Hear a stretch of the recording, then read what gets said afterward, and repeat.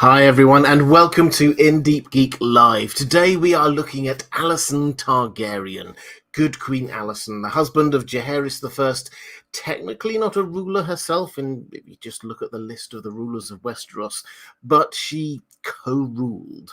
There are laws which are there in her name. It's very clear that she was not just the closest advisor for Jaehaerys I, but also he viewed her almost equally, almost as a co-ruler.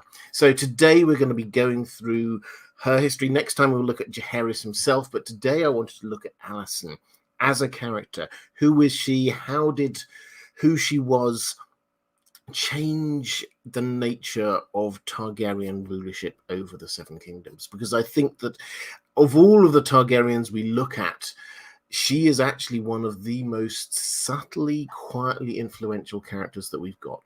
So that's what we're going to be looking at today. I thought what I would do, as always, I'm going to shake this around questions I have from my patrons, but what I thought I would do is start out with a little bit of an overview of who she was, her background, her history, and then we'll get into some questions, just trying to dig into it. So the first thing to acknowledge about Alysanne, she was born in the year 36 AC. She is the granddaughter of King Aegon the Conqueror. When she was born, the conquest it had happened, but the Seven Kingdoms was not united. We're still living in this world of everything is still just trying to come to terms with the new reality. Her husband, her future husband, Jaehaerys, is also a grandchild of Aegon the Conqueror. So it's in their living memory that Aegon's invasion happened. She was only one when Aegon himself died, of course, but it's in the living memory of people there alive at the time. At age 1, Aegon died, and then their father, Aenys I, we looked at him 2 or 3 weeks ago. He inherits, he becomes king. Now you will remember, he was quite a weak king. He didn't like making decisions. He vacillated lots. He ummed and ahed, and he was not good for holding the Seven Kingdoms together, because once we'd lost the strength of Aegon as the still have the same problems potentially, which is things like the faith of the Seven and the fact that they were the Targaryens were not the ideal rulers as far as the faith were concerned. In fact, a long way from being ideal rulers as far as the faith were concerned. The Targaryens were sacrilegious. They practiced polygamy. They practiced incest. They basically said that they were bigger and better and more important than absolutely everybody else on the entire continent, and therefore they did not have to obey the rules. So that's the deal with the Targaryens. So the first few years of her life, Alysanne's life, was as one of the children of the king, princess. She was the 5th child. She never thought she would inherit, but she was brought up within the royal household. However, it was a royal household ruling over a nation that was slowly tearing itself apart. And eventually, Aenys himself died. Maegor takes over. Now, Maegor he takes over from Aegon, who was the first son, Alysanne's brother. He usurps him basically and kills Aegon. Alysanne, as well as Jaehaerys and their mother, gets kidnapped by Maegor, and Maegor rules. He's called Maegor the Cruel for a reason. We looked at him last week. He rules with an iron fist. But when his mother, Visenya, dies, Alyssa, Jaehaerys, and Alysanne seize the opportunity to escape from their imprisonment on Dragonstone, and they fly off. Nobody knows where. They go to Storm's End, but this is a big secret. From Storm's End, Jaehaerys then, a few years later, as Maegor's kingdom is crumbling around him, Jaehaerys declares himself and says, I am the rightful king. And when Maegor dies, mysterious circumstances, on the Iron Throne, Jaehaerys comes in, claims the crown for himself. The only problem, of course, is that Jaehaerys is 14 at the time. Alysanne at the time is 12. So, yes, he's king, but he needs to have a regent. His mother is the regent. She marries Robert Baratheon, who is quite the social climber, and he basically wants to be ruling in Jaehaerys' stead. Jaehaerys and Alysanne escape off to Dragonstone.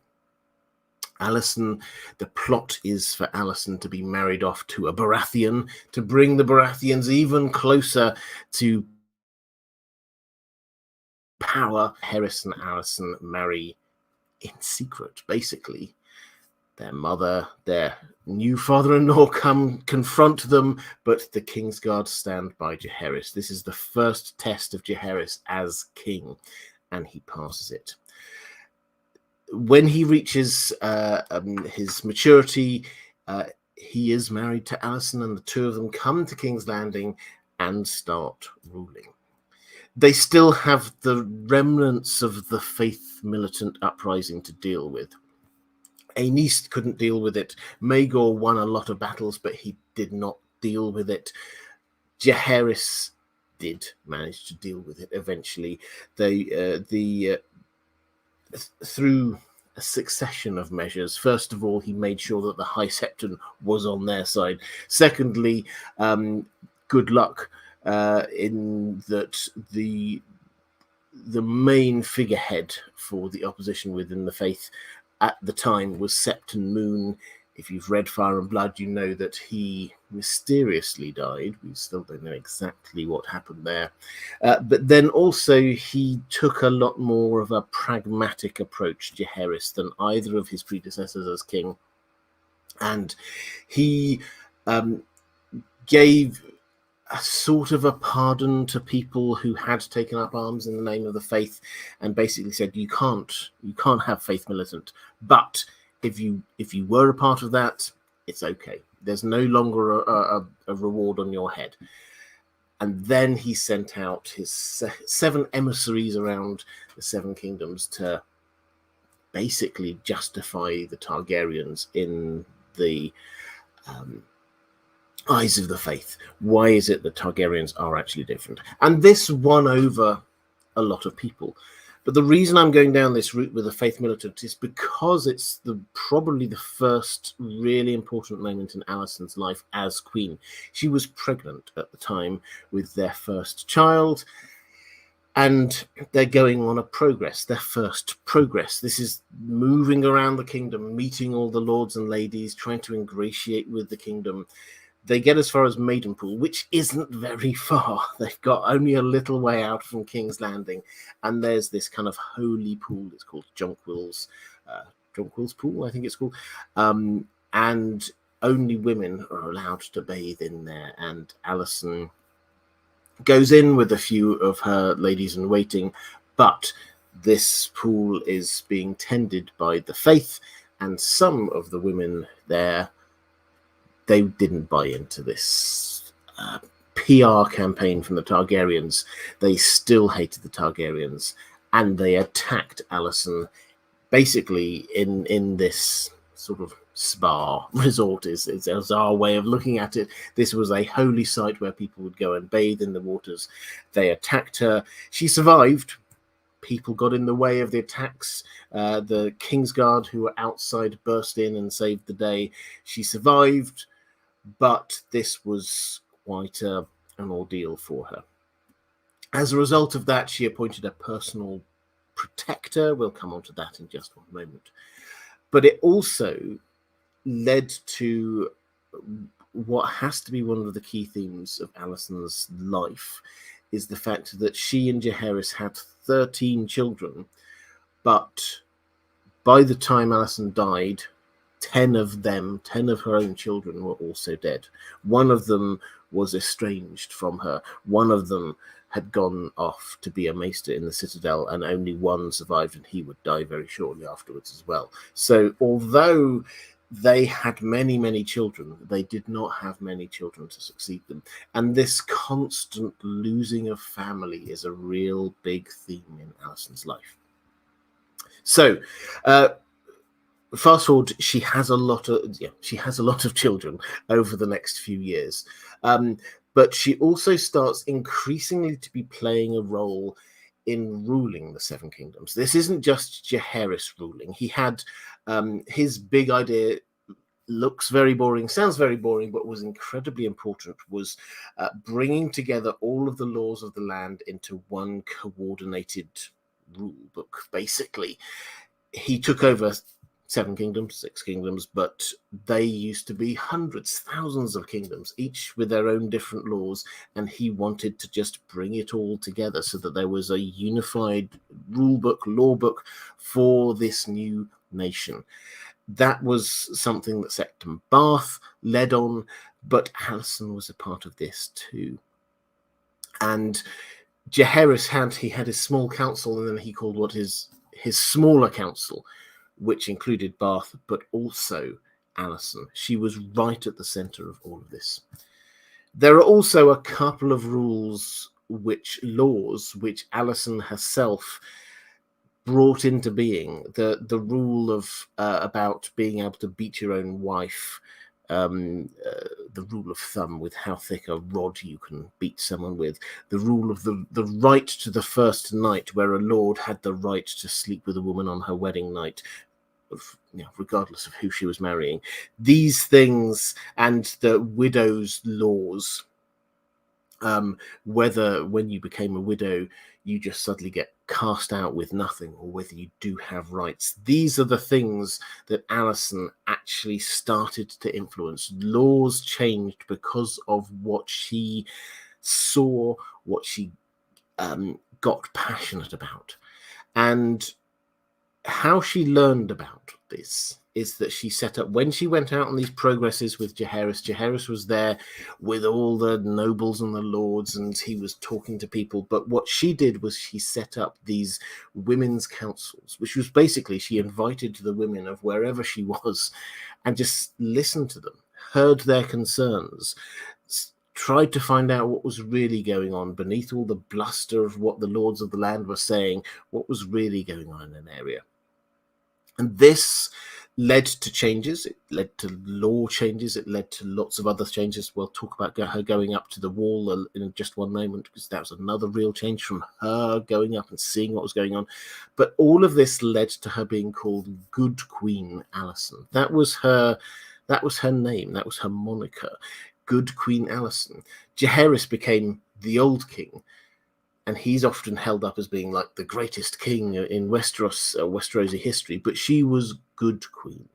Everybody loved her. She was on the side of the small folk. She was not just there as part of the 1%, part of the elite uncaring. She actually tried to understand what was going on in her realm. I said I'd talk about going to the wall, to Winterfell. One example of one of these progresses, which got sort of cut short, was when they were going to go to the north.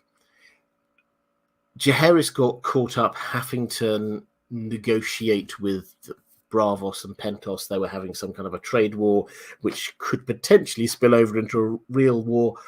He was asked to be a broker between them. He had to stay home. She went ahead and did it anyway. She got up to White Harbour, massive success, got up to Winterfell. The lord there, Alaric Stark at the time, started off quite frosty towards her, but he thawed quite quickly, because her natural charm managed to ingratiate herself in there. And she went from there, she went up to the wall to see what was going on the wall. She spent time at Castle Black. She tried to fly north of the wall. Silverwing, her dragon, refused. We'll come back to that again in a moment. She went and had a look at the Night Fort, which is a massive ancient fort with only a few soldiers in there. And she just came to the conclusion, this is not working. That is not fit for purpose anymore. They need a new place, so they need a new fort. She paid for this from her own money. she also came to the conclusion that the Night's Watch as a whole did not have a big enough income, and she and Jaehaerys managed to get an extra area of land set aside to support the Night's Watch.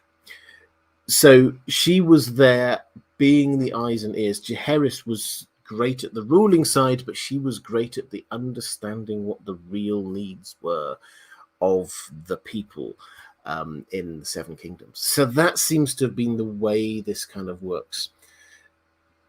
We should, however, mention what are known as the two quarrels. Jaehaerys and Alysanne were always very close. They loved each other hugely. They were a very strong partnership. However, there were a couple of times when they fell out. And on both occasions, Alysanne was the one who just left. She went up to Dragonstone for, I think on both occasions, it was about 2 years. She just left him and just lived her own life and didn't talk to him, didn't engage with him, just left him alone for a couple of years. The first one was after the deaths in quick succession of 3 of her daughters. She wanted to bring back another of her daughters, Sarah Targaryen, who had quite a colourful past and ended up over in Lys. And Jaehaerys had basically written her off. And Alysanne said, I need my daughter. I need my daughter back. I've just lost 3 daughters. And Jaehaerys was having none of it. And that caused what was known as the first quarrel. The second quarrel was again about women within the Targaryen family. This was about Rhaenys, who we know from the Dance of the Dragons, from House of the Dragons, that Rhaenys. Rhaenys was the daughter of the firstborn son of Jaehaerys and Alysanne. When the firstborn son died, Jaehaerys is there going, okay, it wasn't actually the firstborn. The firstborn son was born and survived for only a very short time, but the oldest living son. When he did die, Alysanne thought, okay, so his daughter will be next in line. He was next in line. His daughter's going to be next in line. And Jaehaerys was like, nope, it's just going to go to the next son down. And Alysanne didn't think this was right or fair. And that was what the second quarrel was. So, but over a very long period of time, she died when she was 64, which was quite an old age at the time, and it seems to have been relatively peaceful as a death for Targaryens. A lot of Targaryens die in quite harsh, gory, unhappy ways. She seems to have died just the death of an old person in her sleep with no bad feelings around. But she was 64, and she had been, if you remember, she was 12 when she first became queen. So this is a good half century. This is almost all of her life, certainly all of her adult life, was as Queen of the Seven Kingdoms. History still remembered her as Good Queen Alysanne. Jaehaerys ruled for a few more years afterwards, but it was very clear he also was old and his heart had been broken when she died. When we talk about Jaehaerys, which we will next week, we always, I think, have to remember this was a partnership. This was the closest, as we've come to the partnership we had with Aegon and his sister wives. If you remember there, Aegon gets credited with doing all of this stuff, but more often than not, the person actually literally sitting on the Iron Throne and dispensing judgment on the land was one of his sisters, not him. So this was a partnership as ruler. And this is another part of how George R. R. Martin has delivered it in Fire and Blood. This is one of the huge themes in Fire and Blood that he was bringing out. Was this idea that women played a much bigger role in ruling the Seven Kingdoms than you would understand if you just saw a list of the rulers, because all of the rulers are men. But in reality, that's not what it was like. In reality, Aegon was king, but his two sister wives also were ruling. In reality, we get here Alysanne, who was ruling with her husband. Later, we get Rhaenyra, who ruled for 6 months, but gets written out of history. That is what he was trying to say. One of the big themes in Fire and Blood is don't just believe that list of rulers. There are other really important characters who are lying behind there who perhaps don't get recognized by history. Okay, that's the big background to Alysanne. I will dig into some comments. I see we've already got a few questions and comments in the chat. I will get to them in just one moment. I did want to say, first of all, if you were watching last week, I did last week as a charity live stream in response to the horrific earthquakes over in Turkey and Libya, and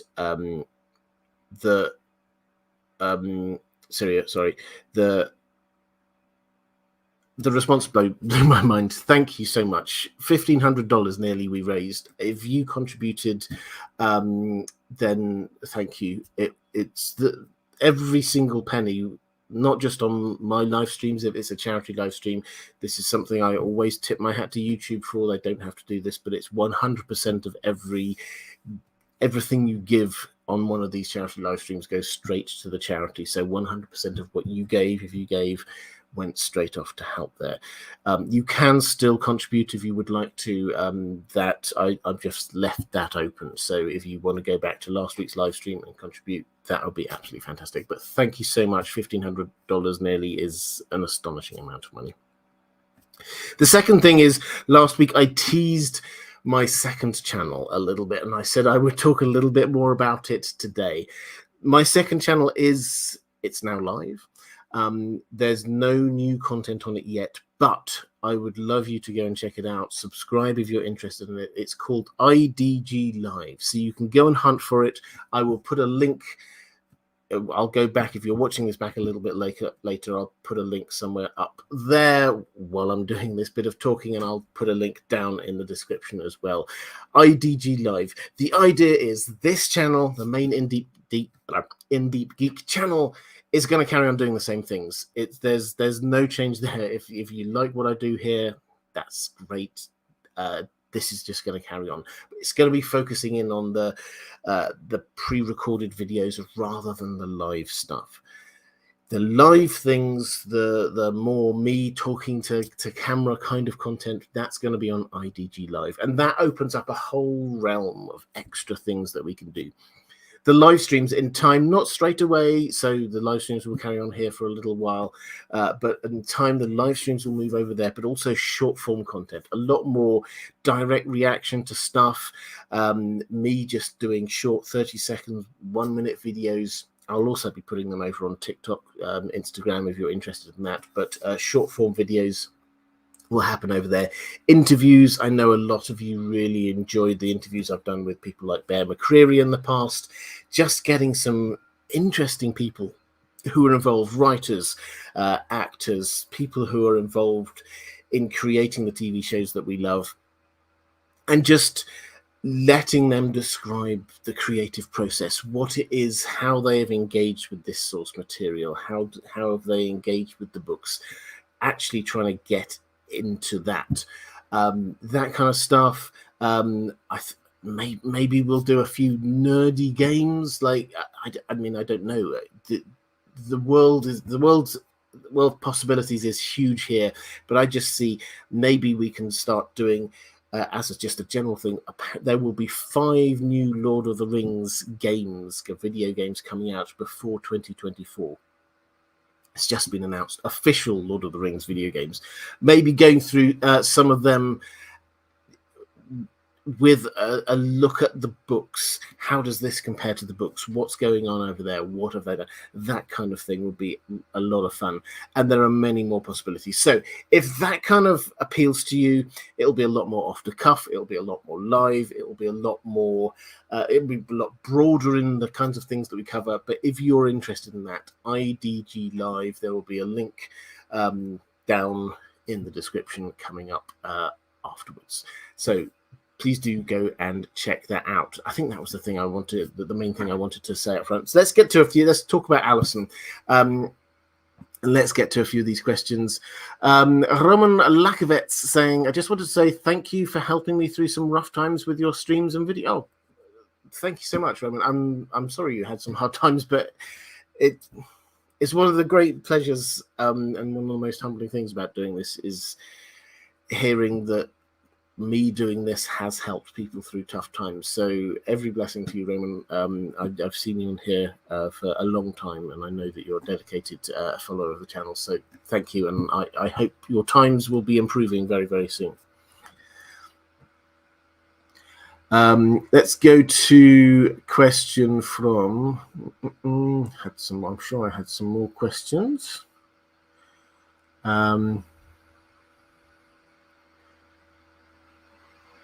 Maura Lee, hi there, Maura. Great to see you. Saying just to show love and support for the merch, stories, and content on both channels. 3 channels now we have. For those who don't know, my other channel, which is not linked to this one, but it's just a passion project for me, is the Well Told Tale audiobooks, the best science fiction and fantasy stories ever. If you enjoy audiobooks, if you like fantasy and science fiction, then go and check that out. It's both a YouTube channel and also a podcast. So the YouTube channel usually follows a few weeks after the podcast. The podcast at the moment, we're doing The Trial by Kafka, which is astonishing. But coming up soon, I promise you, we will be doing some George Orwell, which I just discovered has come into the public domain. 1984 will be coming soon to the Well Told Tale. And Morally, thank you so much for the super sticker. Also, I had Andrew K saying, considering how much loss and difficulty Alysanne suffered over her long life, it's amazing how she stayed true to her ideals and causes. Yes, absolutely, but I do wonder whether that was the driver for her as much as anything else. It's not just despite the difficulties she somehow soldiered. I think that actually the ideals she had stem at least partly from all of the adversity that she faced. The fact that she kept on losing members of her family made her prioritize the safety of her family hugely. And we had a question from Martin S. saying, Game of Thrones show canon question. Do you think Tyrion ended up head of House Lannister at the end with his siblings dead, or had he lost that by killing his father Tywin? Okay, so this is a show canon question for the very end of season 8. Was Tyrion the head of House Lannister? I think the answer is yes. I think so. Everybody else. So if Tywin is dead, and then if Jaime and Cersei are dead, the person who would inherit would be Tyrion. But this does make a slightly bigger point about inheritance within the world of Ice and Fire. Is that it's not just a matter of, particularly when you get to the Lords Paramount, the big and important houses, the top houses, the Starks, the Aryans, the Baratheons, and so on. Those, it's actually more important what the king thinks. The king will decide who is the Lord Paramount. And in show canon, Bran will have said to Tyrion, yes, you are. It was not only not unknown, but actually quite regular for a head of a house to be the hand of the king, which is what the situation was there.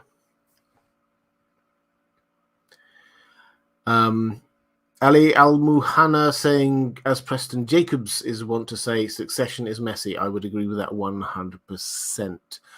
I think I had another question as well. Callie Summers saying, Alysanne and Jaehaerys made a great team, but how would the kingdoms have been better or worse if she was the pilot, not the co-pilot?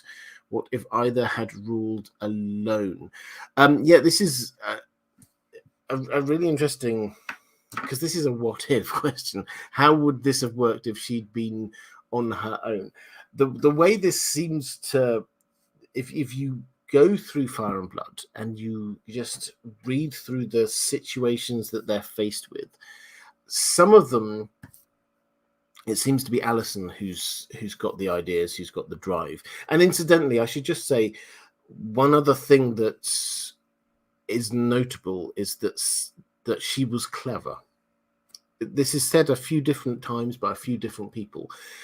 Septon Bath says if she'd been born male, then she would have been sent to Old Town to become a maester. She was clever. She was good at learning. She understood stuff quickly. She grasped facts and details quickly. She got it. Charis is not necessarily described as that, but he is described as somebody very clearly who can choose his advisors well.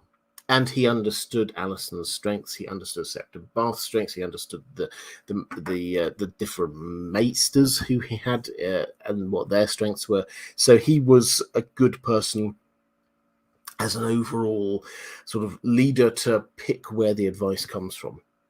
What if Alysanne had ruled on her own?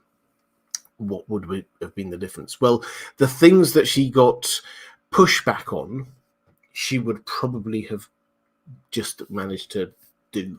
So all of the rights for minorities, basically, particularly for women, she would have not had any problems making those things happen. However, we don't hear her coming up with these ideas of, you know what, it would be really be good to have a unified code of laws for the Seven Kingdoms. You know what, it would be fantastic to make King's Landing a better functioning city. These are the kinds of things that Charis seems to think about. These are the kinds of things that he seems to be pushing. So yes, she would have probably taken the Seven Kingdoms down in many ways a more radical approach, but she would have missed out on the very kind of grounded things, that almost boring things that Charis wants to do, but are incredibly important for binding a kingdom together.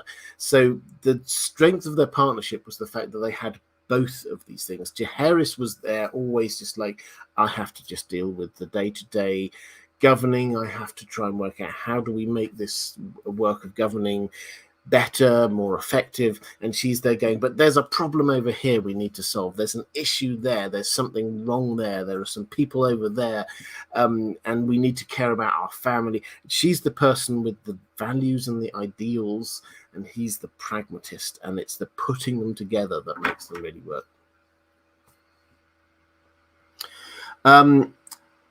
Let's go to Reflective Rambley saying, I feel like I need to apologize to In Deep Geek for leaving a year's worth of questions for him to choose from today.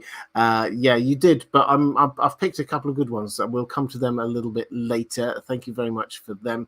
Let's go to question from Diego Godoy saying, Hola, Robert. Hola. How do you think the attack that Alysanne suffered in Maidenpool changed her afterwards? Did this event influence any of her later decisions or opinions? Thank you. So this was, if you remember, this was the early on in the reign. She's pregnant with her first child. She goes to this holy pool where she gets attacked by a few of the remaining members of the Faith of the Seven who think that the Targaryens are an abomination. And the precise thing there was that the people, the women, the septors who were running that pool, who managed it, they thought that having Alysanne, who is currently pregnant with a child of incest in their minds, this is an abomination, and if she entered that pool, then she might sully it, she might I don't know, just add bad juju. There are many different ways for it, and it's not, but you know the feeling is that this is somebody who is wrong and bad. She must not go into this pure place. So they attack her. People literally, and this says a lot about her character, people literally jump in the way of daggers trying to attack Alysanne. And while they were there, they didn't have any way of defending themselves. They didn't have any clothes on because they were about to like get into a pool. These were people completely with nothing who just jumped in the way of a dagger trying to attack someone. What impact did that have? Well, there was one very clear and strong impact that we'll pick up on in just a moment. Jonquil Dark is a fantastic character. Alysanne, having come back from this, said, I need protection. You, my husband, you've got the King's Guard. 7 huge guys full of armor, big swords. They're there protecting you night and day. And yes, you can say 1 or 2 of them can be protecting me, but there are some places where men aren't going, but women do go. I need somebody who can protect me all of the time. And so they went to find Jonquil Dark, who they had this tourney, and she was a woman. She was a bastard-born child of House Dark. And she entered the tourney and did really, really well, and then took off a helmet. Ha ha ha, I'm a woman. Who knew? And everyone was, oh, well done. But she can't be a knight. She can't make a living doing this kind of stuff in that society. So she just basically had to go back home again afterwards. And Alysanne said, you know, that woman who went and did really well in that tournament, but nobody's ever taking her seriously because she's not a man. I want her as my personal bodyguard. And that's what she became. So that was the first and most important change as a result of what happened at Maidenpool. The other one, and it's really hard to work through the causality of this, but the other one is that what happened there made her care so much about her family. And what is it that was really important? And it's family. She lost her child. She blamed this incident that the child was born but died very soon afterwards. Tragic and horrible. She blamed that incident for it, which may or may not be the cause of that, but she then, from that moment onwards, was so devoted to family, was so caring about making sure that the people in her family were okay and safe, and in particular the women in her family were not discriminated against because of who they were. So the second quarrel was about Rhaenys Targaryen. Why on earth isn't she inheriting? She should inherit. She's the firstborn of the firstborn. She should be inheriting. The first quarrel was all about I want to reconcile with my daughter, and Jaehaerys is being really not very nice about it. And that was what caused the divisions, was when she was prioritizing the women in the family and Jaehaerys was not. So did it change things? It was a foundational moment in her character. And I think it's probably worth saying all of the way through this, she was very young. When these early things happened, she was still a teenager. Then this isn't some sort of grown, but this is formative moment in her life. She's not like this is a thing which happened in her 30s or 40s. She's still a young teenager. Mike Boy saying shades of Catelyn and Brienne of Tarth. Yeah, we'll come on to that. I've got a question about that, so I will definitely pick up on that one a little bit later. Joseph Bulkin saying abomination. Yes, that's definitely the word that a lot of people would use. Callie Summers saying totally agree. I think Alysanne would have been a better ruling queen, setting goals and morality, having Jaehaerys basically being the hand handling the administration. Yeah, I mean, that's an interesting one, whether he would effectively, because he himself had a hand who was incredibly good, except in Bath, who was incredibly good at some things. The three of them together formed an incredibly powerful team. We never really get the Alysanne Septon Bath bit of the relationship, but the three of them as a whole worked incredibly well together. Let's go to a question from Catherine Furseth. This is, I said we'd pick up on Jonquil Dark. Saying, hi Robert, I was fascinated to read about Jonquil Dark, called the Scarlet Shadow. Can we talk a little bit about her? We hear so little of female fighters in Song of Ice and Fire. How do you see her story mirroring, or not, the story of Brienne? So, this is, I think, really insightful, because there is an echo, I think, with Brienne. Brienne enters a tourney and nobody knows that she's a woman, and at the end of it, it's revealed you're a woman. Lots of people basically laugh at her, demean her, but she gets recognized for her skill. And what we have is, probably, if the books go the same way as the show went, is that first of all she was basically a sworn sword to Renly, then she was basically a sworn sword to Catelyn, but she ends up as being this sworn sword to Sansa. Now, Sansa has all the way through this, right from the very beginning, just had this thing about a true knight. She's a lady. If only there were a true knight who could look after her.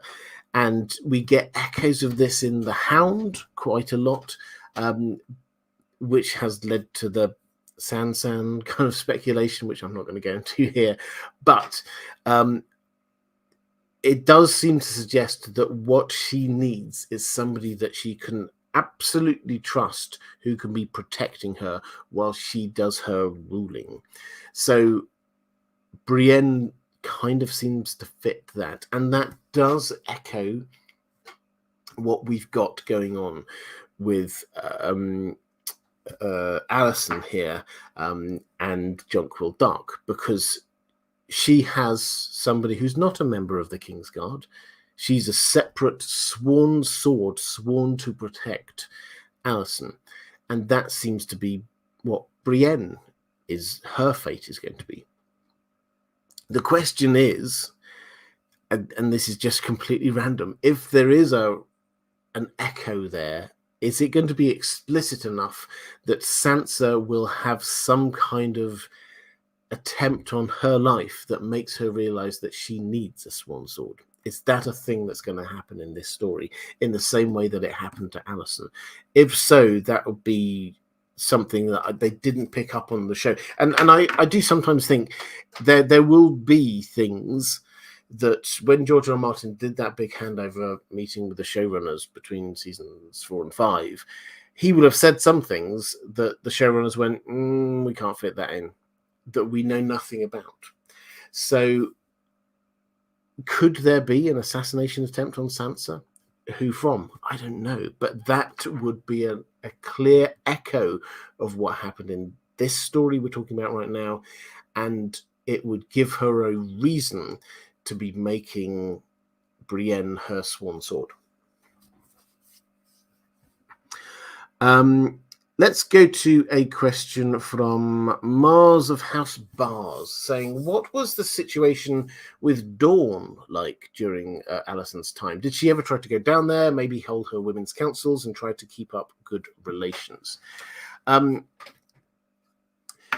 the situation with Dawn was complicated because all through this period, yes, there was basically a peace treaty between the two nations, but the ruler of the Seven Kingdoms never gave up this.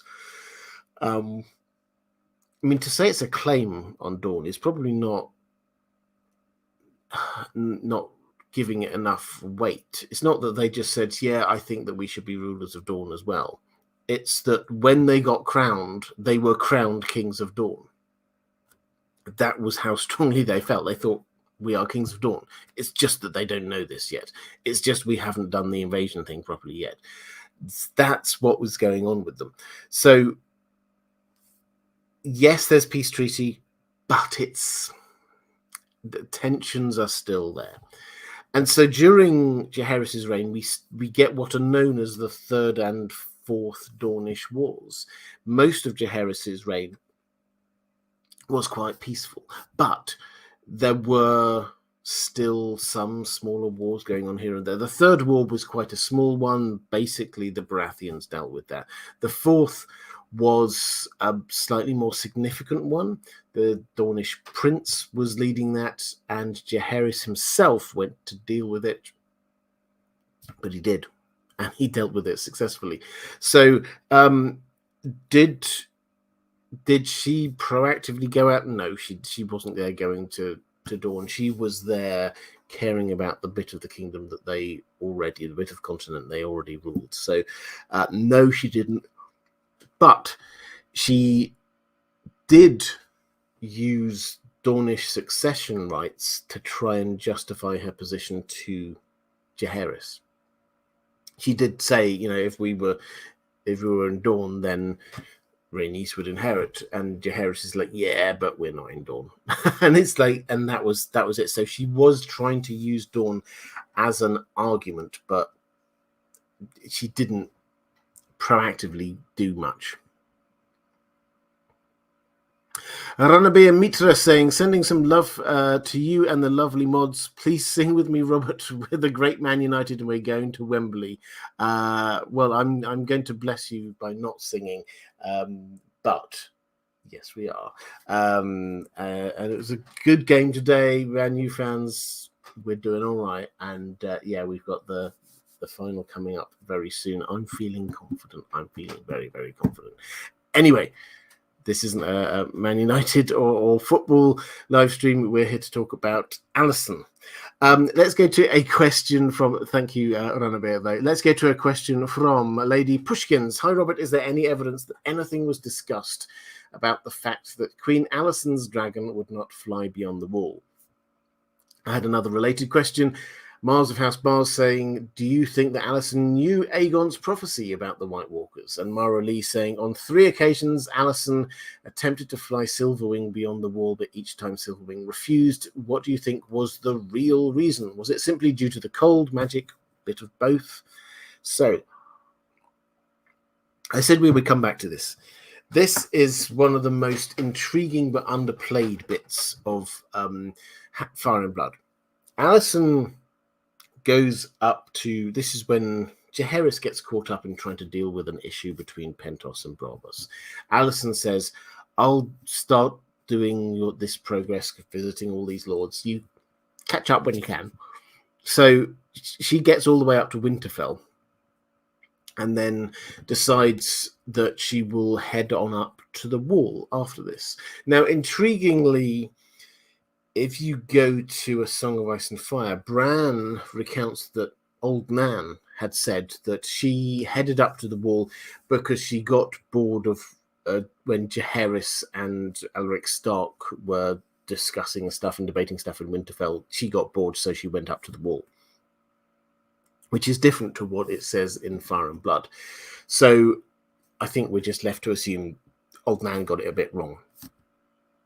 Anyway, Alysanne goes up to the wall, and she's at Castle Black. She charms them. She seems to charm most people that she meets. And the Lord Commander takes her up to the top of the wall and says, look out over there. That's where civilization ends here. And then you get all the bad, horrible things beyond the wall.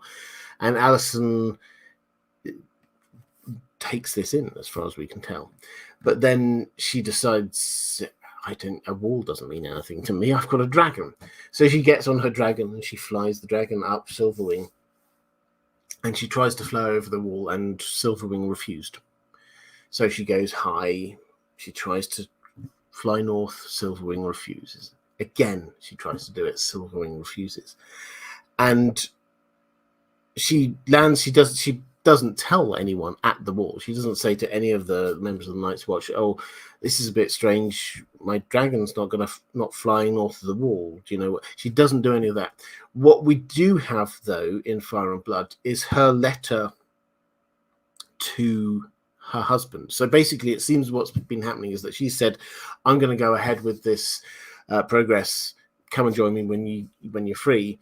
but she was writing him letters, just updating him and where she's at and what's going on. And we have an extract from one of those letters, and she says basically that Silvering refused to go north of the wall.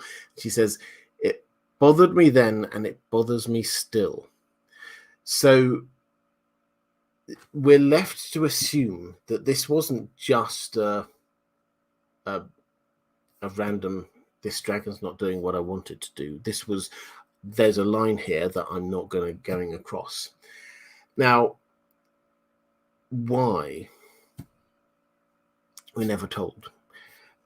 But we can come to some conclusions. First of all, the cold, morally, you're absolutely right. The cold was an issue. Silverwing hated the cold. Dragons are magical creatures of fire. Of course, Silverwing hated the cold, shivering away, didn't like it, wanted to go back down. All of those things make sense. But it wasn't just the cold, nor was it, I don't want to go north generally. It seems to have been, here's a line, I'm not going beyond that line. The only assumption we can make is that the wall, as we know, is not just a physical barrier, it is primarily a magical barrier. When the wall started, when they first built it, as far as anyone seems to understand, it was a normal-sized wall. I mean, it was probably quite a high wall, but not anything like we have now. It was a normal-sized wall.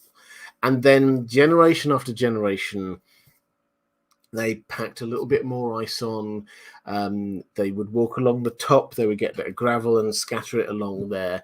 And over thousands of years, this wall got higher and higher and higher and thicker and bigger and taller. And they just made the wall taller and bigger. But that's not the actual barrier. The actual barrier is magic. Now, we get this hinted at in a number of different ways. Melisandre says that her magic is stronger at the wall. John cannot, he has his skin-changing bond with Ghost when they're on opposite sides of the wall. He cannot feel Ghost's presence. There seems to be something that says magic cannot cross this barrier. So the assumption has to be that that's what was going on. Dragons are magical beasts, and so the wall is a magical barrier that works in two directions. It doesn't just stop magical things, the others, from coming across from north to the south. It also prevents magical things, dragons, from going from the south to the north. But the reasons for that were lost in the mist of time. One intriguing thing, the question is whether there was a discussion. One of the questions I had on this was whether there was any discussion about this afterwards. We're not told of it, but we are told. So Alysanne sent a letter. At some point, separately, we're told that Charis, after he came up, he individually, separately went to the wall. After Alysanne had told him what happened, he individually and separately went up to the wall, almost as if she told him this really crazy thing happened at the wall, and it really bothers me. And as he's close there, he thinks, I'm going to see this for myself. I have to try and figure it out.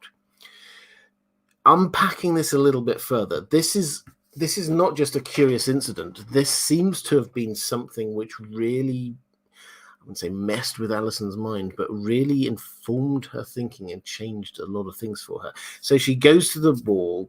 She meets the people at Castle Black. She sees over the wall. Silverwing won't cross over the wall. That really bothers her. She writes to her husband to tell her how much it bothered her. She goes over to the Night Fort. She says, basically, this is really creepy. This place, it made me feel uncomfortable that there's some magic going on there. She doesn't use the word magic, but that's clearly the feel that she's got, and that's what she says back to her husband. And she basically says, the Night's Watch should not be based here. let's build a new fort for them that's not the night fort. And they say, well, we've not got the money for that. And she says, and this is, I think, the only time we hear her say this, I will pay for it from my own person. This isn't like the Iron Throne will pay for it. I will pay for this personally. Building an entire new fort, I will pay for this personally from my own. I have many jewels. I will sell some jewels. This is like somebody saying, okay, I want this to happen so much. Here's my jewelry. I've got the necklace. I'm taking the necklace off, getting rid of a few of these rings. I'm going to sell them, and that money is going to pay for this. That's how important it was. This had a big impact on her. Following on from this, partly at her instigation because of what she learned, but partly with Charis, the decision was to do the new gift. Now, the new gift is about support for the Night's Watch in a massive way, in a way that would really annoy Alaric Stark, the Lord of Winterfell. What they did, so the gift was a stretch of land, quite a big stretch, just south of the wall, which was not owned by any lords. It wasn't, the Starks weren't in charge of it, no, the Boltons weren't in charge of it, the Umbers weren't. That bit just south of the wall, it was called the gift. The idea being that would, in Middle Ages-y kind of economy, that land would be able to support the Night's Watch at the wall, because they would produce goods. Those would be able to be, the grain could go up there. They could get all of the goods from farmers. They could collect some taxes from there. That could allow them to survive. But the new gift doubled the amount of land that was going there to support the Night's Watch. Effectively, it wasn't quite this clear cut, but effectively the idea was to double the income for the Night's Watch. So she goes up. Two things happen. The first thing is Silverwing refuses to cross the wall. The second thing is that she sees that the Night Fort is probably not fit for purposes and a bit spooky. And on the back of that, she sells her own jewelry to raise funds, and she doubles the money, that the income for the Night's Watch. And I say this is in a way to annoy Lord Stark, because that land was owned by people. This wasn't just random land that is just given to someone. That land, the new gift, was owned by people. They had lived there for centuries. Their families had been built in there. Suddenly they're being told, you're being carved up and given somewhere else. And Charis was left to Alaric Stark, who said, you've got to sell this. It's happening. You don't get a say in it. This is going to happen. You have to just manage it yourself. A huge thing. And the reason I'm emphasizing that is because it is very clear that what Alysanne experienced, and potentially also then Charis, we don't read about it other than the fact that he went north to the wall with his dragon, what he experienced as well, made the two of them absolutely committed to improving the ability of the Night's Watch to survive and to protect the Seven Kingdoms. That is over and above anything that we hear from them at any point about any other group. They don't suddenly go up there to the west coast of Westeros and go, oh, this is terrible. The Ironborn keep on attacking you. Let me sell my jewels and help you build better sea defenses. They don't go down to the marches down near Dawn and say, what?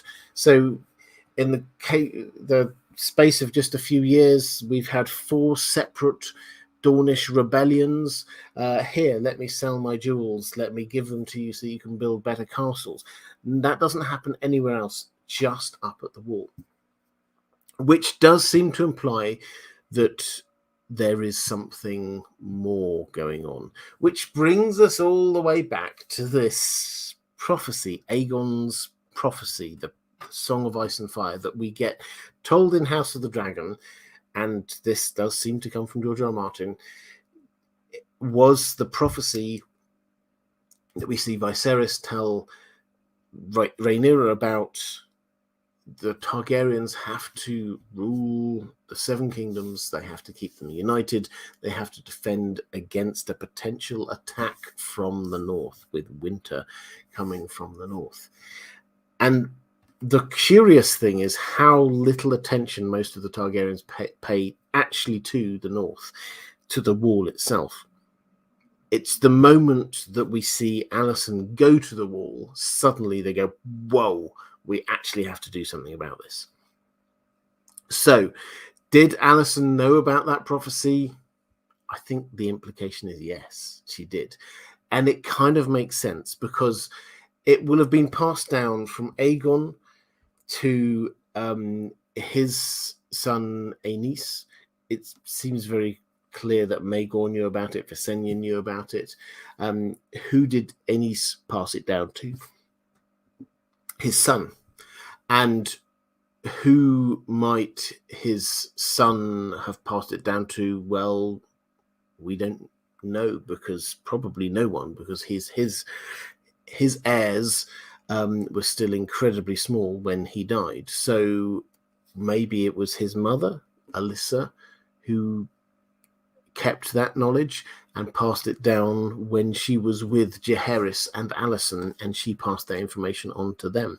Maybe that was how the route of how it got through. But in any event, I'm convinced that Jaehaerys and Alysanne both knew that prophecy.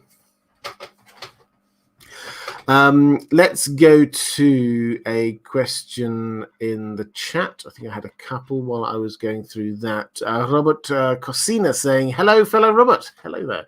Firstly, huge thanks for your work and to the moderators. Yes, if you are watching this live, now's as good a time as any.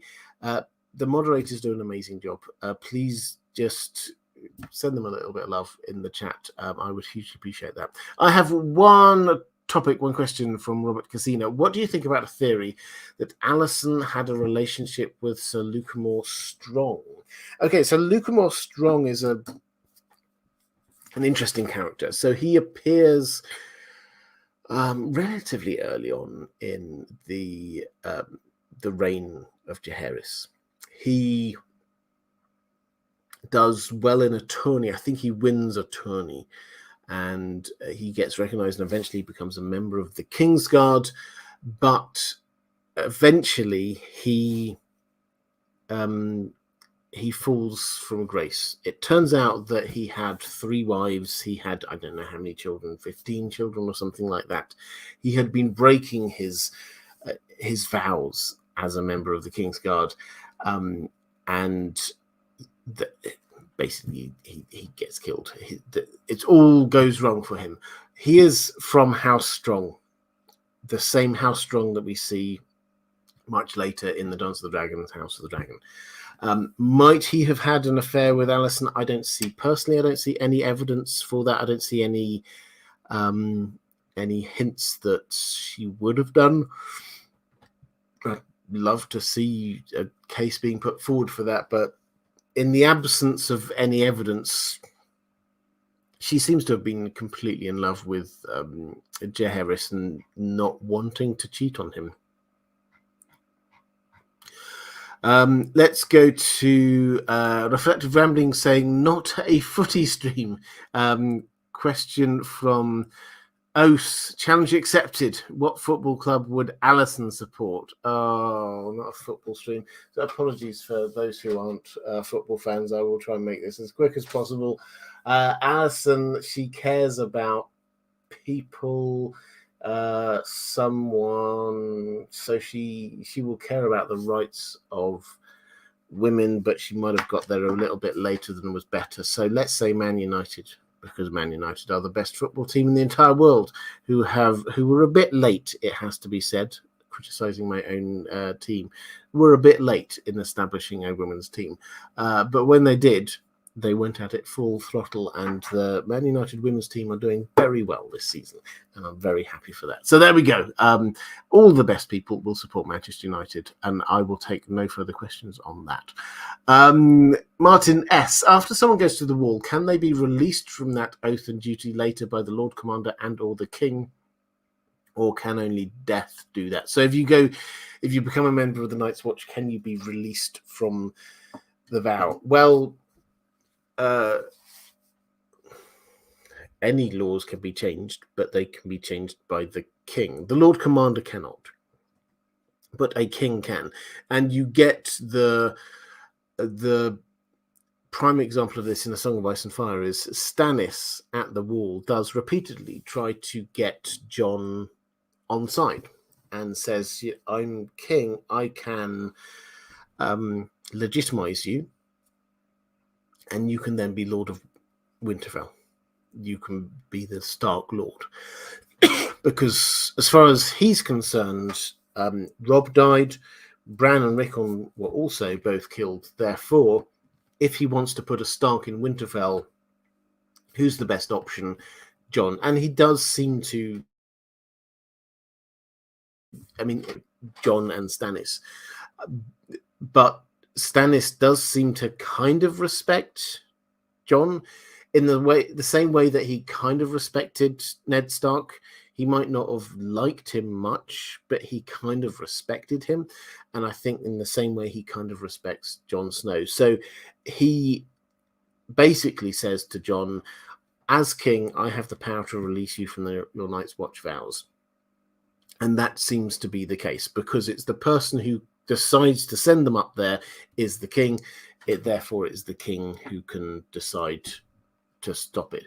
We don't have examples of that happening, but the theoretical legal position, I think, is reasonably clear.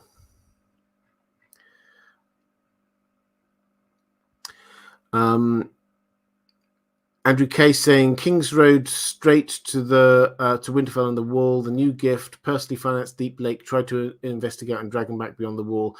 Jaehaerys and Alysanne were clearly in the know. Yeah, you picked up on a couple of extra things there. They did. So the King's Road. We think of the King's Road as being just there. This was a Jaehaerys project. The idea that the Seven Kingdoms had to be unified. Now, the main thing, the King's Road, started at Storm's End, up through King's Landing, and then all the way up, and it went past Winterfell and went all the way up to the Wall. Now, if you're trying to unify the Seven Kingdoms, would your priority be to build a road to the Wall? Probably not. Your priority would probably be to, and these roads did happen, but to be building roads over to Highgarden, to Casterly Rock, to River Run. Those are the kinds of roads that are really important. All the way up to the Wall, there's not trade with the Wall. This doesn't help much travel. Very few people actually traveled from the Wall down to Winterfell. We read about a few people doing it, but it's not like a well-traveled path that has hundreds of people going there every single day. So yes, it was a noticeable move doing that, pushing the Wall all the way up there. Personally financed Deep Lake. That she did a lot, and Jaehaerys did a lot.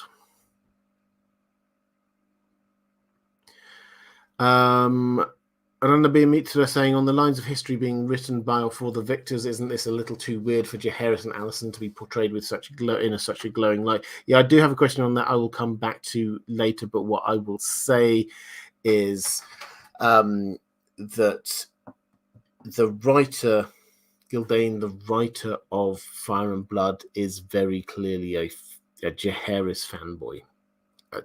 It comes across, the descriptions of him are just so glowing every single time he goes into a room, and all the women swoon over him and all the men respect him. And when he dies, this is the other point with Dawn, is that when he dies, all of Dawn mourn for him. It's like, really? I can completely get the fact that Dawn Dawn might respect Jaehaerys as being like probably the best Targaryen king from their perspective thus far, but he still fought 2 wars against them and twice beat them, and he still claims to be their rightful ruler, when nobody in Dawn thinks that that's true. So were they really kind of crying over his death? I mean, probably not.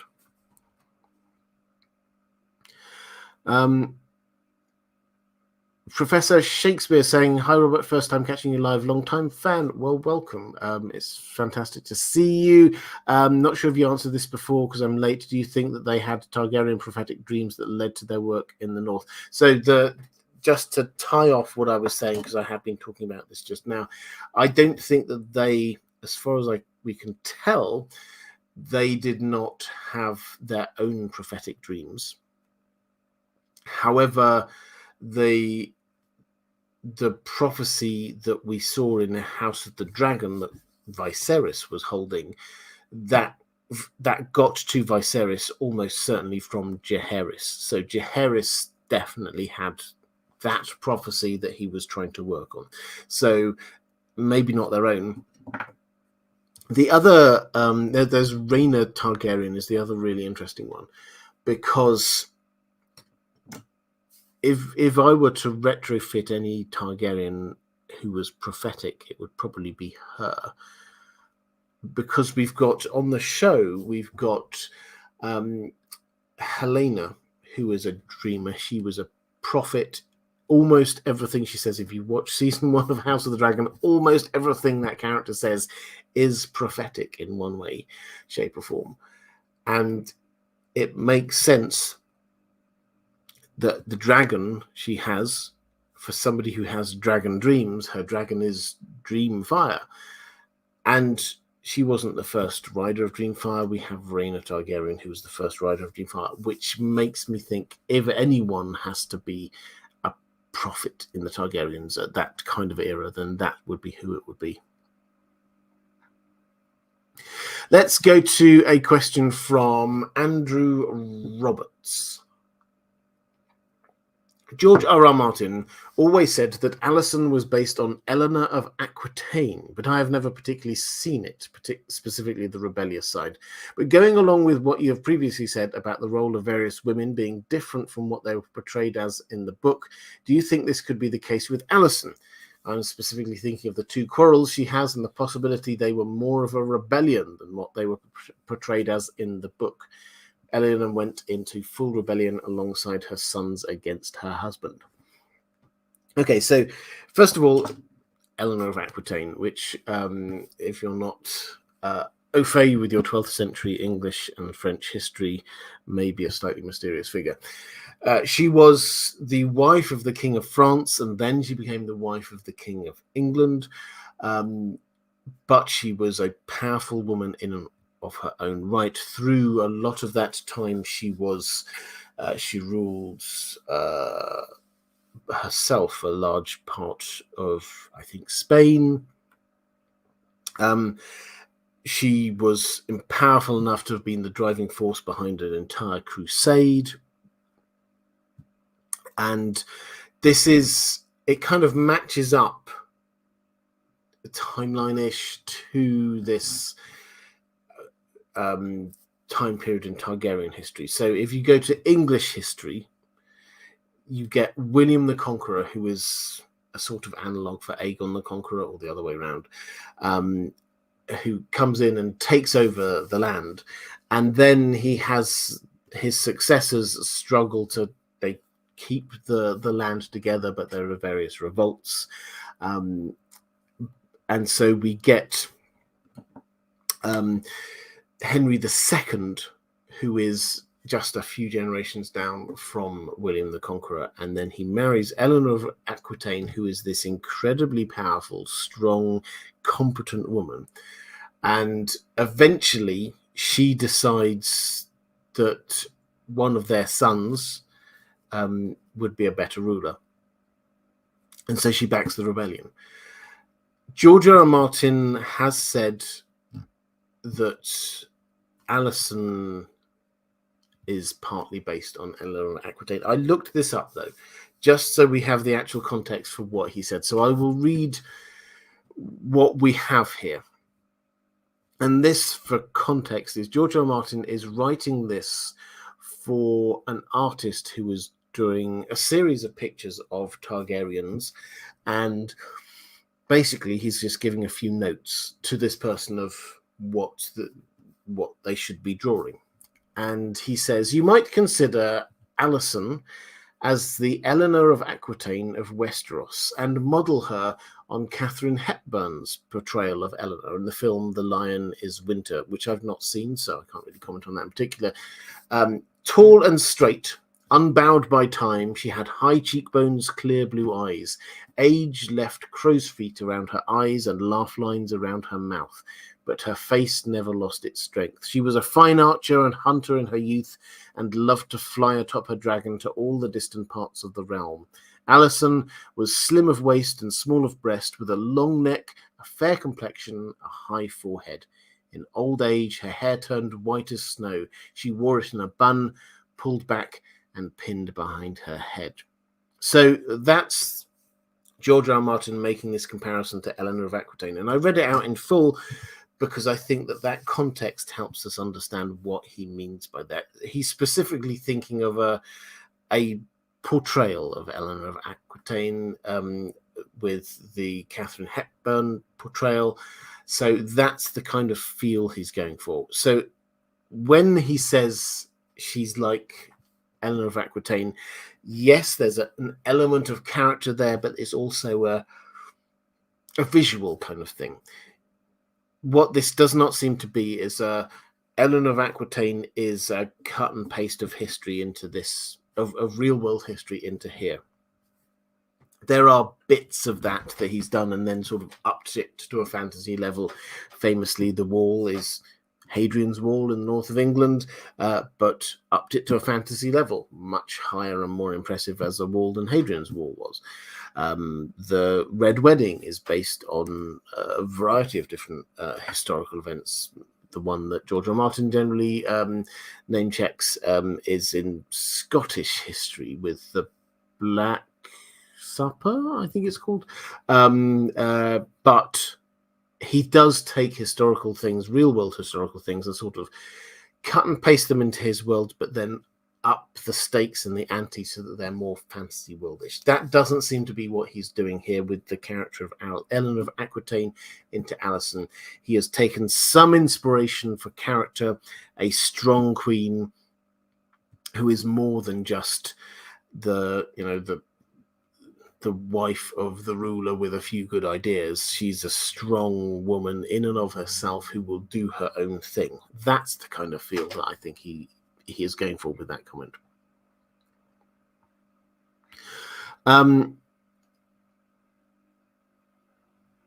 Is there Ahmed talking about the art behind me? This is Magali Villeneuve, who's one of my favorite artists who has done that.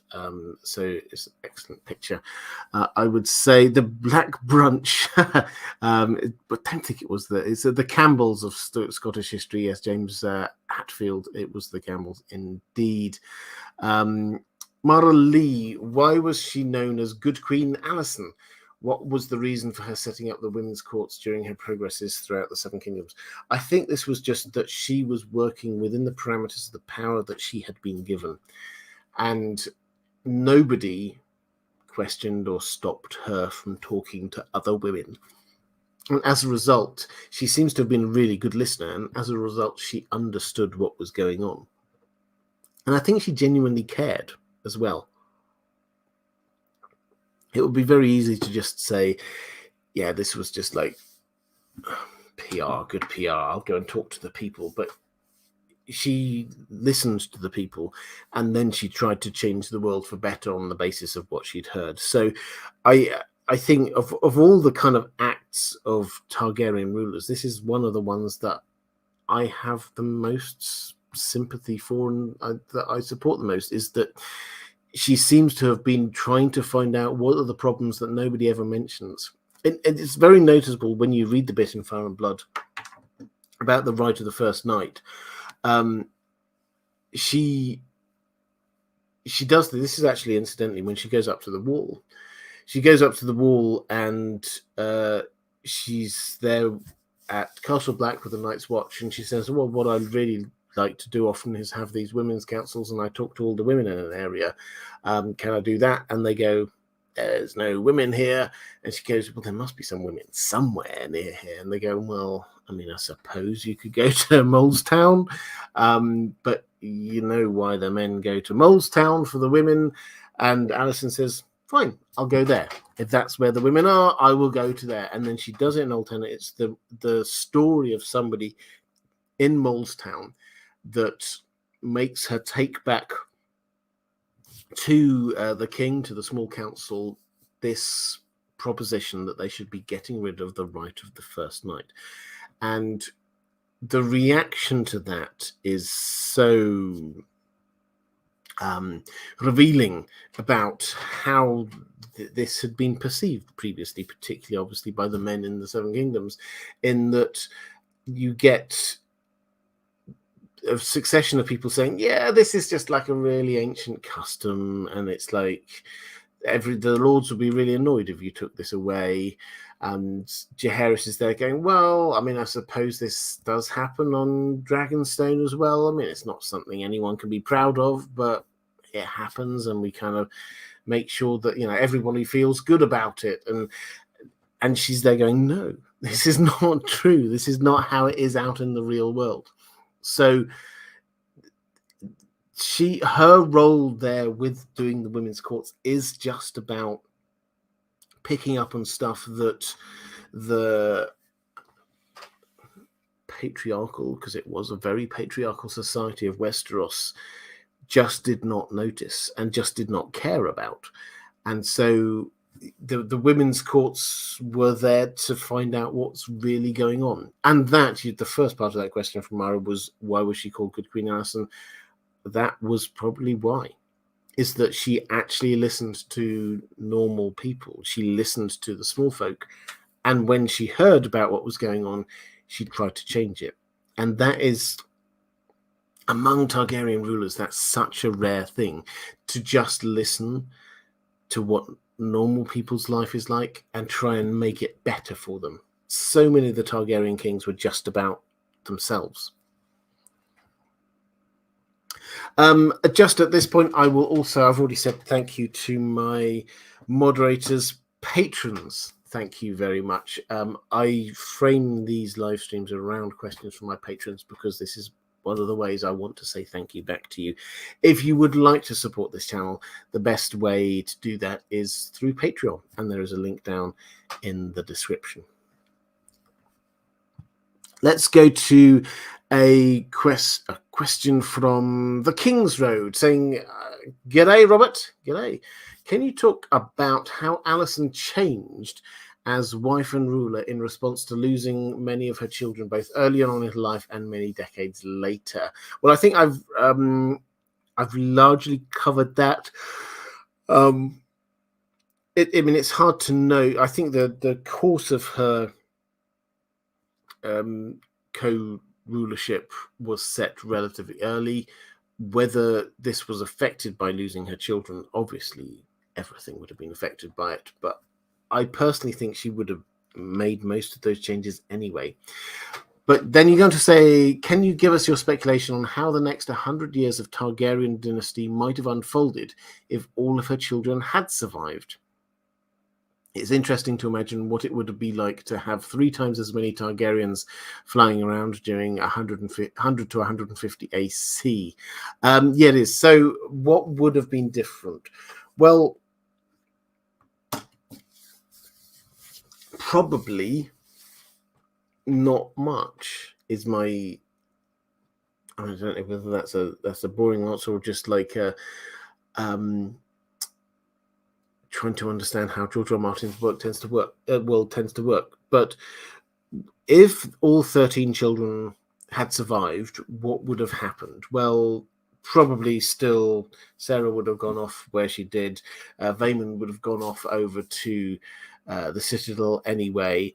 But that still leaves them 11 children. Some of them would have married each other. But you would still have Targaryens ruling. You would still probably end up, I mean, there was a fair chance that they would have ended up with the same succession. Viserys would have got it in the end anyway, because of the succession laws, or they weren't really even laws, the practices that they had. The dragons issue is fascinating because we don't know enough yet still about what makes a dragon hatch. The Targaryens got into a habit quite early on of putting a dragon egg in a cradle of the newborn child, and that would cause, or if not cause the dragon egg to hatch, it would make it so that when the dragon egg hatched, it would bond more easily with that child. So would having more children have led to more dragons? Possibly, if the causality is that way around. If the causality isn't that way around, then it wouldn't, and you'd have had far more Targaryens out being married to non-Targaryens. So one of the things Alysanne was very keen on was building the relationships of the kingdom as a whole through marriage. And given who she tried to get people, one Targaryen to marry another, the clear implication is that she actually, some of those 11 children who would have survived, she would have tried to marry noble lords everywhere, which means it wouldn't just be the Velaryons and the Baratheons who were strongly and closely linked in with the royal household. It would have been a lot of other families. Let's go to question from 444. Do you think that, do you think that banning first night laws by Alysanne had any consequences for the situation with the others? I remember that somewhere I heard the theory that children born due to first night laws were often sacrificed to the winter gods in some way, as Craster did with his sons. I mean, I think the short answer is I don't think so, because the first night laws were practiced in the Seven Kingdoms, south of the Wall, predominantly in the north, but south of the Wall. And if they are south of the Wall, they're not making sacrifices to the others. It's only people north of the Wall who potentially could be making sacrifices to others. I've got still somewhere in the works a video on Craster, which I hope will clarify the fact that with Craster, it's not that he had some kind of written contract with the others. This was just him making sacrifices to the cold gods, who he didn't really know or understand who they were, but he thought if he makes sacrifices, they will either be good to him or leave him alone. 444 also asks, do you think that Alysanne co-ruling with Jaehaerys was crucial for their success as monarchs, or would she have been much better as a sole ruler, needed to stay in the shadow of her husband due to noble families' expectations? So, yeah, I mean, I sort of touched on this a little bit earlier, but my general take is that the strength of Alysanne and Jaehaerys was that they had complementary passions and skill sets. He was all about the pragmatic, how do we actually make these things slightly better in the world? He was a little bit hot-headed on occasion, like just saying, okay, I will fight a duel with this person, which was incredibly reckless as a king. But generally speaking, he was focusing in on the boring things about state management, whereas Alysanne was caring more about things that meant a lot to her, that were really, that she got really passionate about. So would one or other of them been good on their own? Probably, but also not as good as they were together. Creative branches. Ciao, Robert. Ciao. Alysanne made such an impression on the Night's Watch. I'm trying to remember references to her in the main series, particularly by the Night's Watch brothers. In what context was she brought up in the main A Song of Ice and Fire series and in Dunk and Egg? Well, interesting. I mean, I had a quick flick through. So in Dunk and Egg, there is a mention of Good Queen Alysanne. It's when they briefly talk about we could go and educate the small folk, and Egg says, yes, and I can teach them all about Good Queen Alysanne. And that's it. She's not mentioned much in Dunk and Egg. But in the main story, she comes up quite a few times. And almost always in connection with what happens in the north. There are a couple, both from Bran's and from John's POV, where they talk about Queen's Crown, which, if you remember, is that tower that Bran and co stayed in, and while they were heading north, and it's called Queen's Crown because when Alysanne went to the wall, she didn't just fly direct up to the wall. She sort of dotted about a bit on her way up there and stopped off at various places, and she stopped off at Queen's Crown, and they painted the crenellations at the top of the tower in gold to represent the crown that she was wearing when she visited there. That's the place then that we get the mini battle with wildlings and the wogs, and John and Bran actually get quite close to finally meeting each other, but they've got very different projects going on each, and they kind of just miss each other. So that's the first thing. The second one is Sam up at the wall does sort of talk a little bit about Alysanne and confirms a bit of what we know.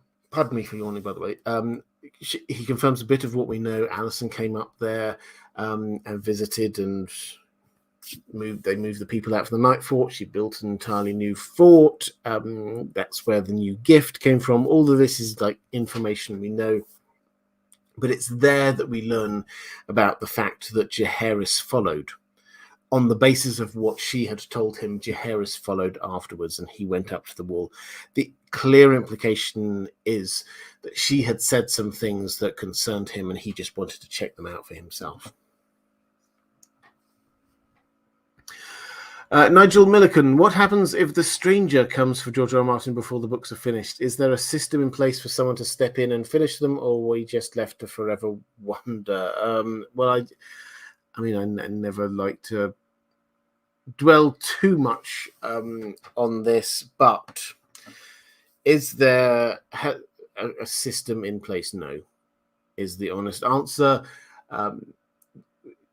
George R. R. Martin has, to the best of our understanding anyway, maybe he's written something down somewhere, just not shared it, but to the best of our understanding, there is not a clear plan already in place.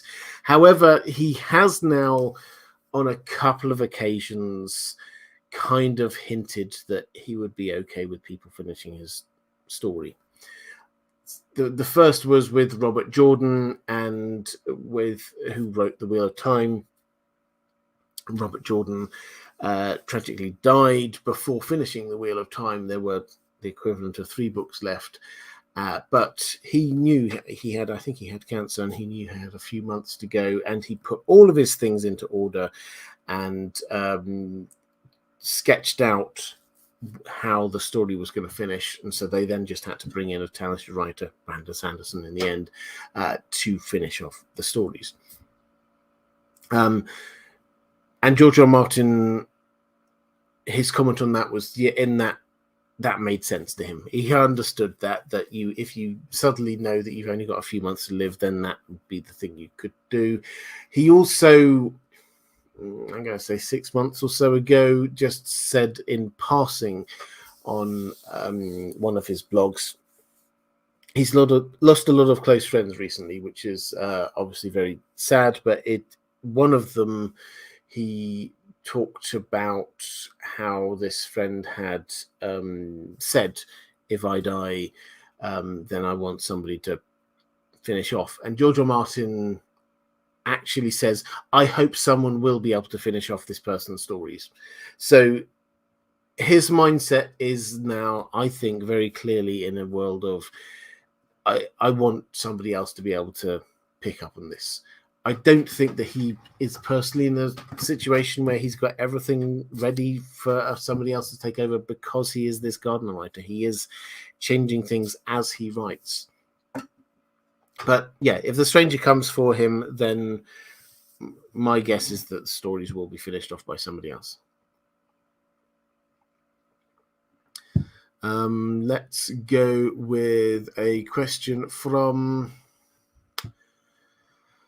Maura Lee. The Maesters had a lot of positive things to say about King Jaehaerys and his wife, Queen Alysanne. How much do you think was the Maesters trying to curry the king's favour, and how much do you think was true about the man and his reign as king? Well, as I said earlier, I think that the basis for this is that he was a good king. I don't think there's much doubt about that. But the Maesters, Gildain, clearly was a fanboy of Jaehaerys. He the way he plays him up, the great and glorious reign, how beautiful he was as a younger person, how amazing he was as a fighter. He's just too good to be true, Jaehaerys. And so I think, yes, there's definitely an element of that going on in there.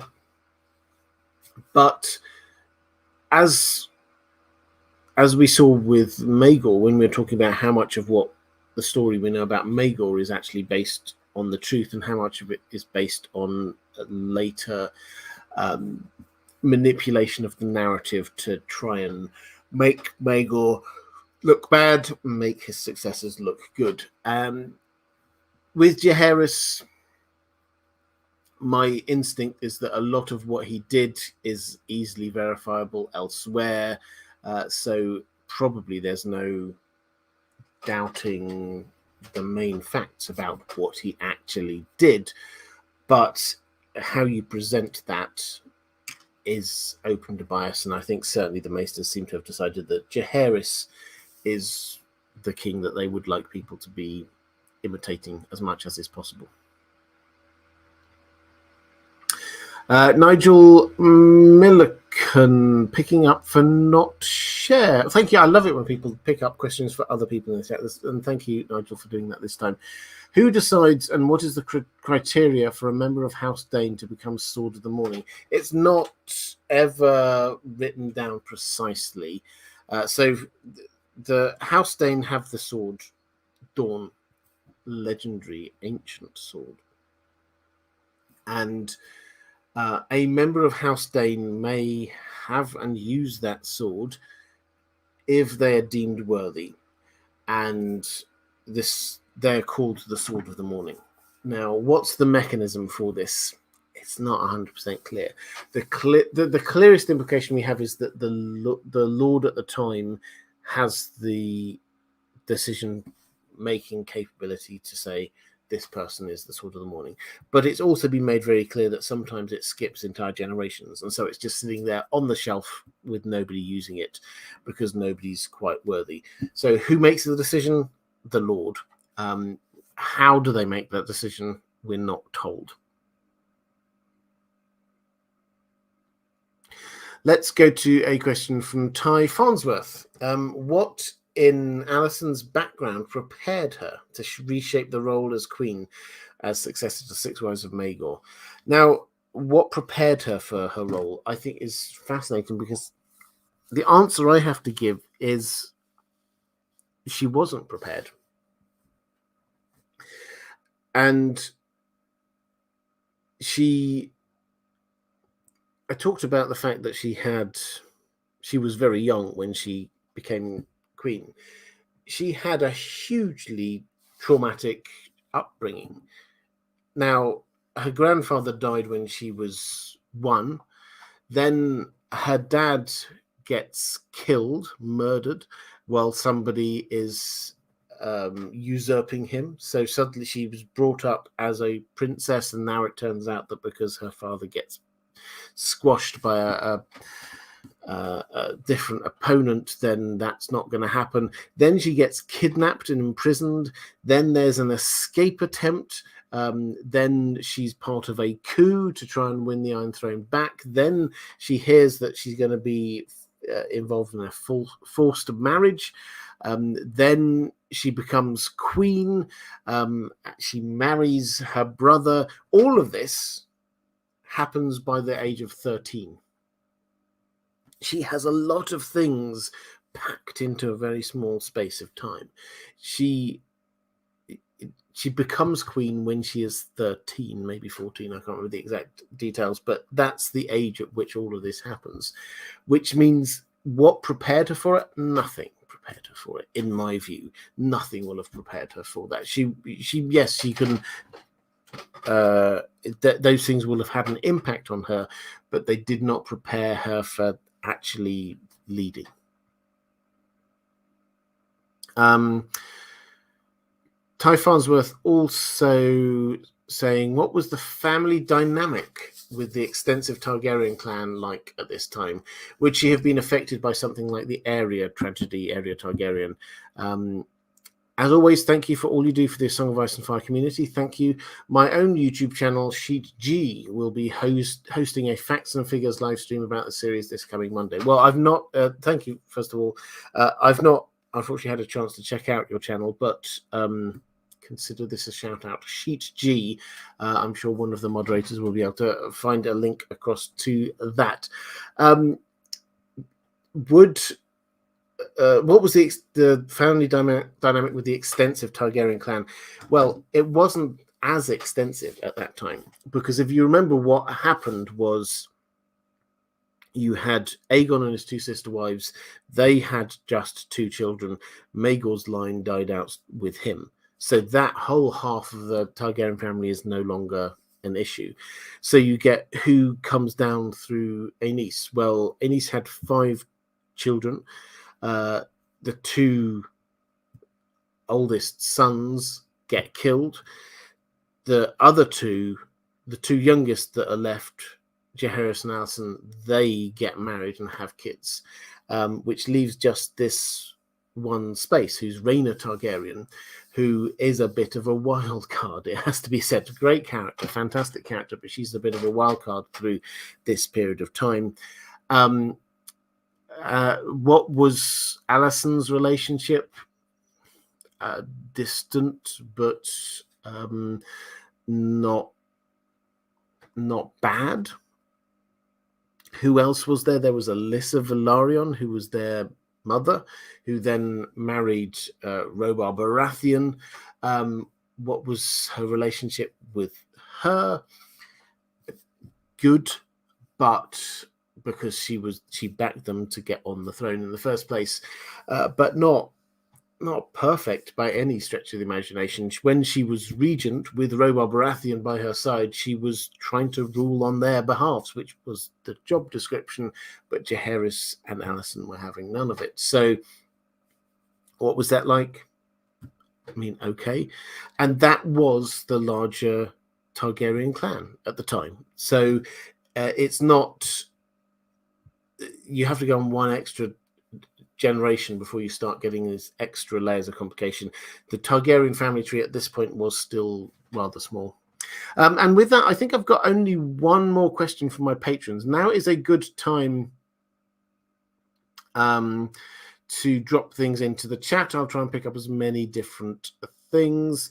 May Lily saying, just became a level 3 Patreon. So excited that I can finally support your work. Well, thank you so much, and welcome to Patreon.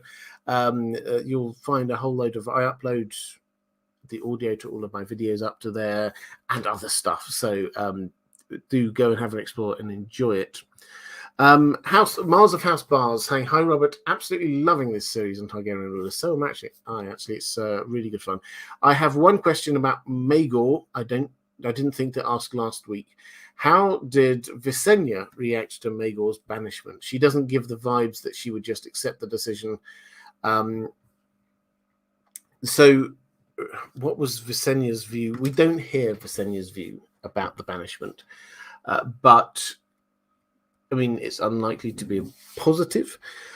But at the same time, I don't think it would have made much difference, in as much as the Visenya thought that her son was the best possible king out of the two options, and that wouldn't have changed regardless of the situation that she would, whether he was in the country or not. The moment that Aenys died, she was going to go get her son back to go and become the king.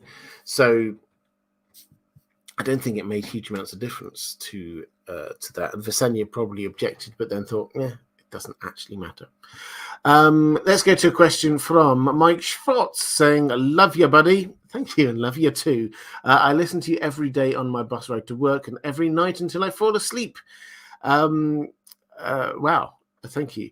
Outside of that, do you think Alysanne truly loved Jaehaerys or just made do with her lot in life? She does seem to have got on really well with him. Yes, I think she loved him. This is, I think, one of the few, I don't know, true romance stories in the Song of Ice and Fire, but among the Targaryens, this match was one that they chose rather than one that was put upon them. So you get that a couple of other times. So Aegon the Conqueror, we're told that he married Visenya out of necessity, and he married Rhaenys out of love. That seems to have been what's going on here. Alysanne pushes for their marriage when she discovers that she's instead going to be married off to some random Baratheon that she doesn't really know. Reflective Rambling saying, with Queen Alysanne's interest in music, dance, and arts, why do you think she didn't invest in mummers, giving Westeros something more like the Bravosi's respect for theatre? Well, theatre wasn't as much of a developed art in Westeros as it was in Braavos. So that's probably the reason why. She was supporting the arts in the same way that her grandmother did. Yeah, I don't think there's so much more I can do. Why didn't she? She did invest, but not seemingly not with a purpose to do that. Caius Ballerina, a channel member question. If you're a member of this channel, incidentally, you do various milestones. I can't remember exactly what they are. Then you do get free super chats. In the OG Fire and Blood outline, Alysanne is the daughter of Maegor and Charis. How would that have affected history? Would he still have 6 wives? Why did George R. R. Martin change it? Well, I think he wanted, and we've not got into his head on this one, but I think he wanted Maegor to have no children. I think that's this idea that Maegor question, was he sterile? Could he even have children? Was that because of this potentially magical birth? And the line itself then being very clearly to Maegor's, the end of Maegor's line was with Maegor, therefore we can start this new dynasty on the other side of the family tree. Why did he change it? I think is reasonably straightforward. How would the Alysanne being the daughter of Maegor and Charis, how would that have affected history? I think it would have made. Well, I don't know, but he was so focused. Maegor was so focused on having children that, at least a son, that I think if he suddenly found that he did get a son or a daughter, then he would have changed his priorities overnight because he would have been so focused in on it. Brig 2630, what were some of the marriages she organised and their wider impact on the realm? Oh, that's a detailed question that I might have to come back to next time. But one thing that she tried desperately to do was to bring the North into. This is another thing in the North she tried to do. She arranged marriages for the Manderleys, which Manderley children, which kept them looking both to the north and the south. The Mandleys are a southern house living in the north, but ferociously loyal to the Starks. Now, what she did was she managed to get marriages from the Mandleys to some southern houses, therefore ensuring they do retain that kind of dual identity. But I will, if there's a clear and strong answer to that one, I will try and bring that one back next week. Reflective rambling, picking up for James Hatfield. Ali would sit in the small council. Are there many other examples of Westerosi queens sitting in council with their king? Well, we get Rhaenyra, of course, who sat in on councils of Viserys. As for queens, no. I mean, I think it's very noticeable that this is one of the last, for a period of time, of Targaryens marrying other Targaryens and therefore having this kind of strong joint rulership idea. That doesn't really come up so much over the next few generations. So the short answer is no. There aren't many other examples.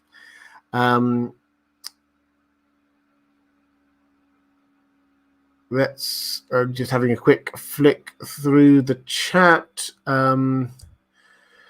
Uzair Ahmed, so Ahmed saying, do you think Maegor is pretty similar to Ottoman Sultan Murad IV of the Ottoman Empire? I don't know that particular character in history. I will go check them out after this stream. It's not something I think that George R. Martin has specifically said, but a lot of his historical inspirations come from Western Europe rather than Eastern Europe. But I will check that out. Thank you. That's a really interesting extra angle on this. James Hatfield saying, I like the idea that Maegor was always powerful enough to take the throne, but however much he tried, he couldn't have healthy children. Yeah, completely. Andrew Kay saying the reforms Alysanne spearheaded were incredibly beneficial to the realm and public perception of the Targaryens, extremely vital given the chaos of the previous two generations. Yeah, I think this is another thing that I would just sort of add for Alysanne is the main win from Jaehaerys's rule was the fact that the Seven Kingdoms had been a disunited set of kingdoms who'd just been recently conquered. He managed to mold them together into something that felt a whole lot more cohesive. And the reforms that Alysanne was in favour of, like the right of the first night, widows' rights, things like that, they definitely helped. But the key is that they helped the small folk, not just the lords, which I think people will have heard where this came from, and that's why they started calling her Good Queen Alysanne, because they knew that that was what she was doing, helping the small folk. Mike Schwartz saying, to clarify, without sounding like a creep, your content helps me sleep because it's the best long form of Song of Ice and Fire content out there, and I'm a horrible insomniac. Grateful for the content. Well, no, thank you for that. I get quite a few people who say that they use these live streams in particular to fall asleep to, and I've reached the point of just accepting it as the compliment that I think it is intended to be. So thank you very much.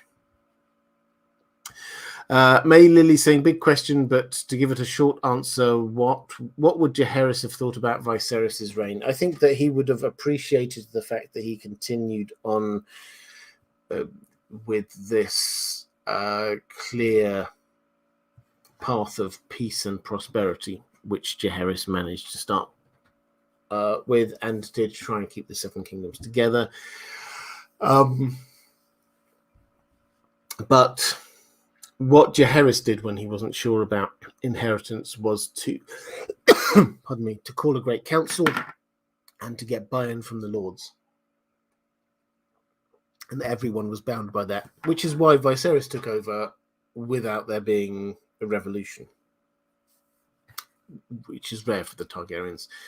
Viserys didn't even think of that. He just decided who his heir was, even though there was some controversy about it that he clearly had some kind of an idea of. He just went ahead and did it. And I think that is a thing that Jaehaerys would have probably wanted to encourage him to be a bit more thoughtful about. Username redacted saying, is infighting inherent to the Targaryens, or is it inherent to the position of the Iron Throne itself, which is why good and bad Targaryens can exist? I think it's a bit of both. Yeah, the Targaryens do seem to be part of the character of Targaryens is to be a bit dragony, which is about conquering rather than being good rulers. At least that's a high level bit there. But yes, the Iron Throne itself does create that it's set up as this thing that everybody's trying to get, an embodiment of power. And that's not just the Targaryens wanting it. It would be the same for other people as well. Okay, I think with that, I'm going to start to bring this to a close. There are a couple of things I want to say, though, before I do. The first one is, I said at the top of this stream, but I'll say it again. If you would like to discover my second channel, it's called IDG Live. I've started populating it with a few videos. Expect some new content coming on there at some point in the next few days. This is where I'm going to be putting my short form content, just me to camera, giving you some much more condensed videos. Eventually I'm going to start migrating these live streams over there. Don't worry, they're going to stay here for the next few weeks. You don't have to worry about changing anything. They will stay here, but in future, at some point in the future, I will move them over, plus interviews, plus a whole load of other really more interactive stuff.